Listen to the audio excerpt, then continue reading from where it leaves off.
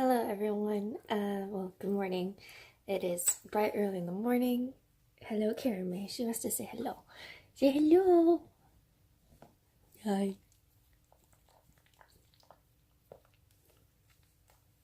She wanted to say hello to the camera.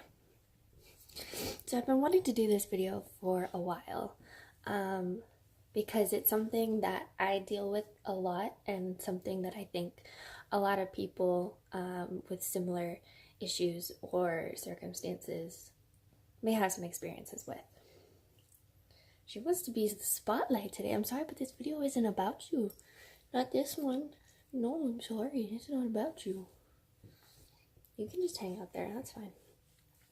So this video is going to be some common misconceptions about mental health. There's a lot of them. Babe. There's a lot of them, and a lot of them that I deal with on a day-to-day basis. Some that I just deal with in general. And I get them from all kinds of people, from friends, from doctors, from therapists, from my parents, from strangers, all over the board. So I just want to kind of list and talk about some of the common misconceptions about mental health and address them in terms of my experiences and the experiences that I've gathered throughout my life when it comes to me personally and, you know, my other fellow mental health survivors that I've befriended and the journeys that we've gone through. So when I say mental health, I'm kind of referring to the general sense of your brain being not as normal as other people's. Now that doesn't mean that, I don't know how to describe it. It doesn't mean that it's a bad thing, it's a bad normal. It just means that in the general sense that I'm using, our brain is just a little bit different than everyone else's.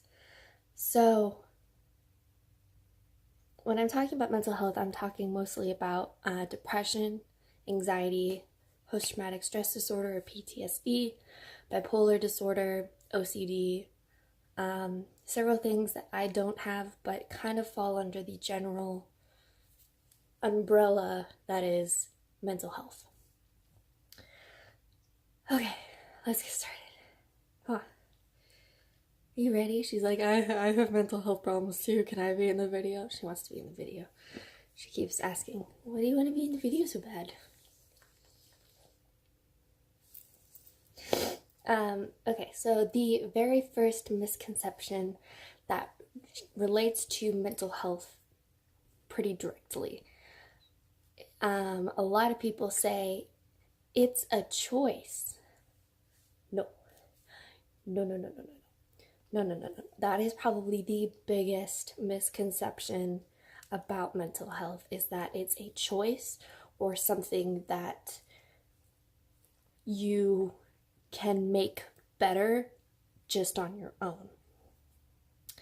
And while that is true to an extent that you can make it better on your own, it is not a choice.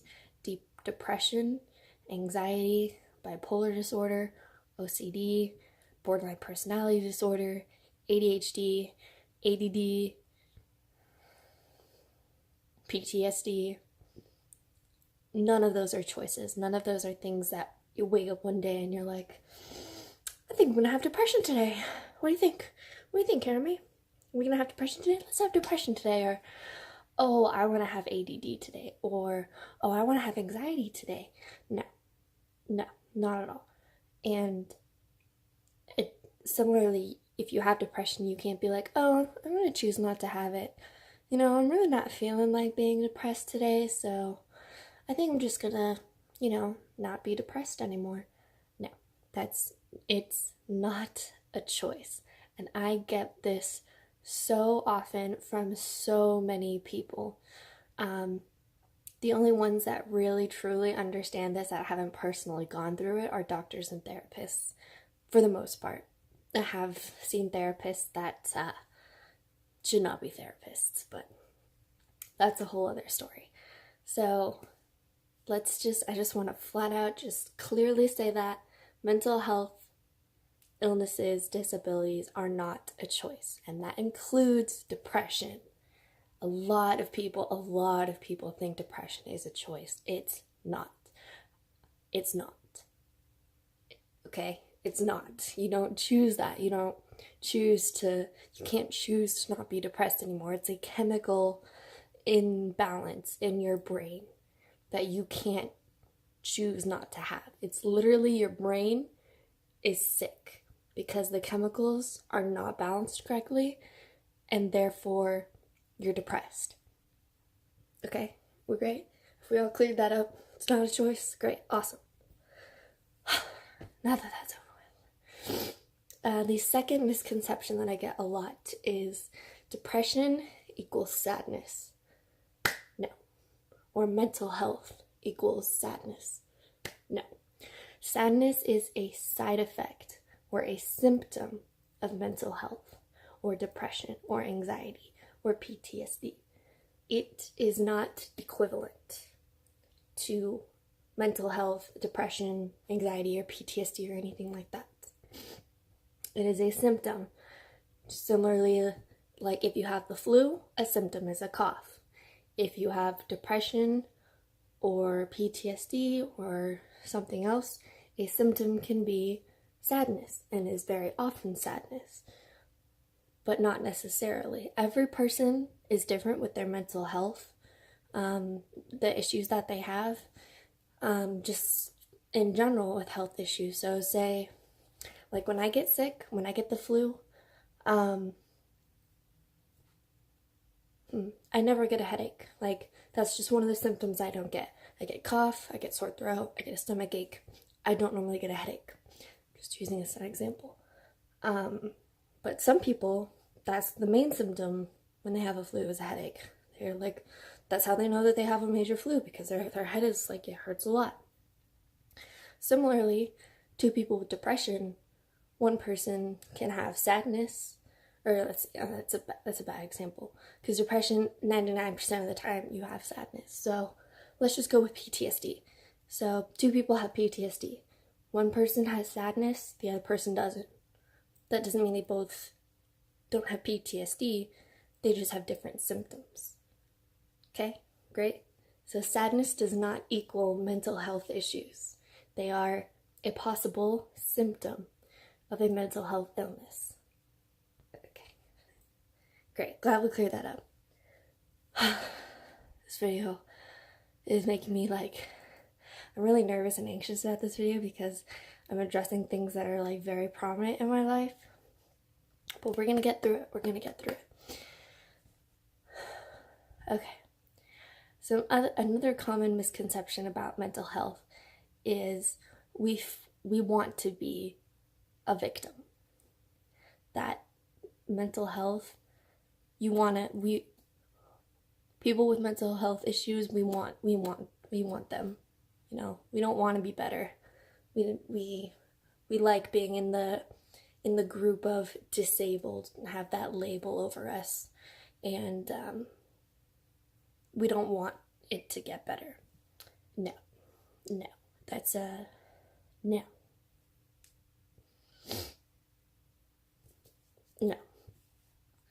It may seem that way to the outside perspective, but it's not at all the truth. If you ask somebody with depression or anxiety or PTSD or bipolar disorder or some other thing going on in their noggin, do you wish you had this? They will say no. They will say no. There's no person in this world that would want their brain to make them suffer.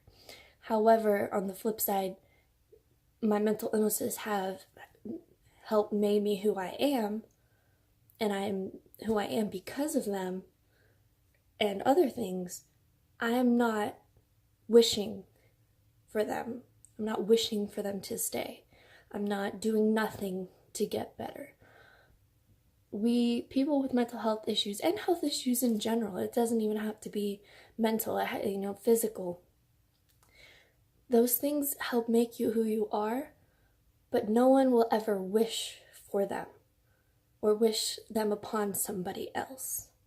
So that is a huge, huge misconception, a huge argument that I get from a lot of people, is that I prefer to be the victim, or I prefer to label myself as disabled. I don't prefer that. I fall in that category. It is part of who I am. I don't want to be, if I had a choice between being depressed and not being depressed, of course I wouldn't be depressed, but I am. That's my reality. I accept it and I move forward with it. It, like I said, it has helped made me who I am, but if I had the choice, which I don't, ties back in, which I don't, I would of course choose not to be depressed. So that's just a huge common misconception about mental health in general and health in general.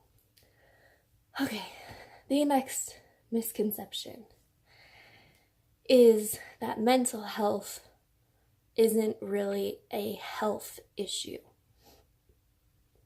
So a lot of people view, like when you think of like stereotypical health problems, you think paralysis, blindness, physical impairments.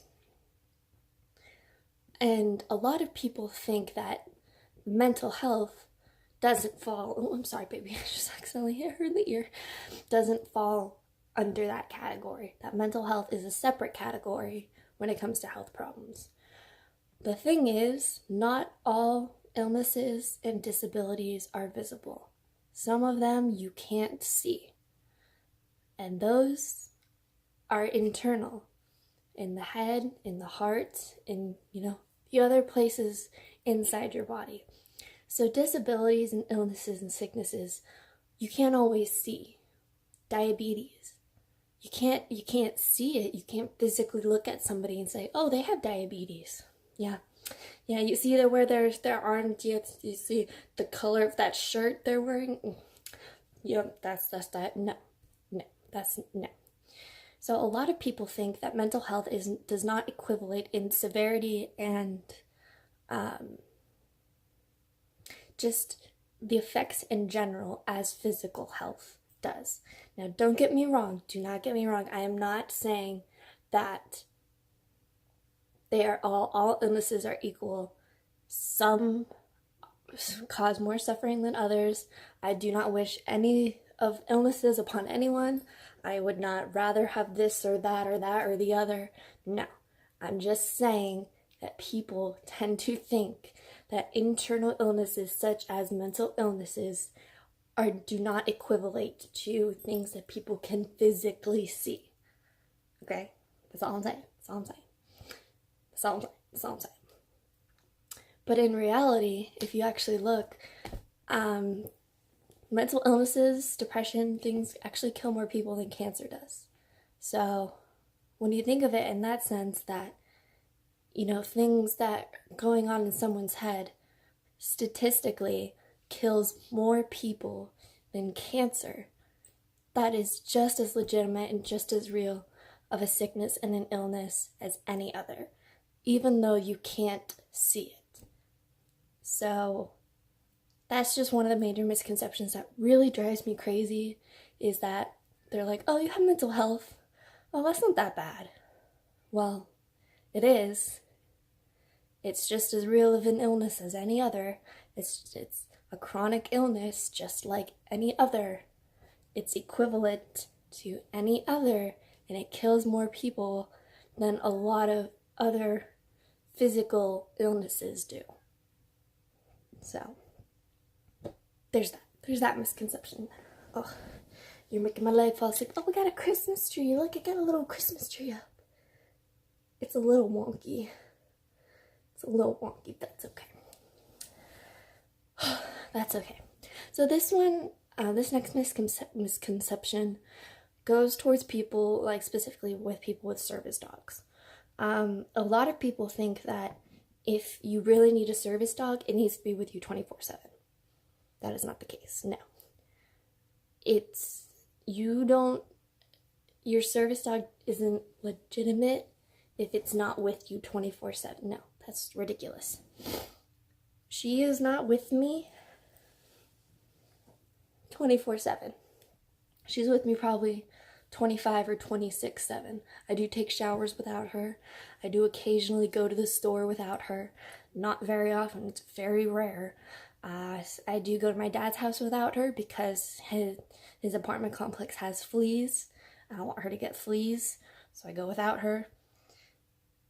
A lot of people think if you have a service dog, it has to be with you 24/7 for you to actually label yourself as needing it. No. No. No. Service dogs are not always gonna be with you. They are gonna be with, and it depends. Some people, they have service dogs that are with them half the time. Sometimes their service dogs are with them 100% of the time. A lot of times people go on vacations and leave their service dogs at home for XYZ reasons, or go to a conference and leave their dog at home or their animal at home, or use other methods that aid them instead of their service dog. Service dogs do not have to be with their handler 100% of the time to be labeled as legitimate or as the handler needing them. It's different for everybody. A service dog's purpose is to aid the handler in whatever that handler may need. Now, if that means that service dog, in order to fulfill that description, is with their handler 15% of the time, then they're with their handler 15% of the time. She's with me probably about 95% of the time.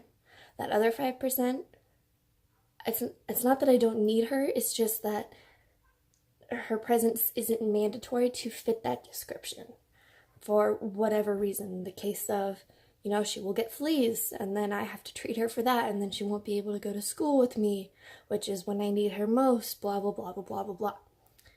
So, that is a huge misconception that service dogs need to be with you 100% of the time.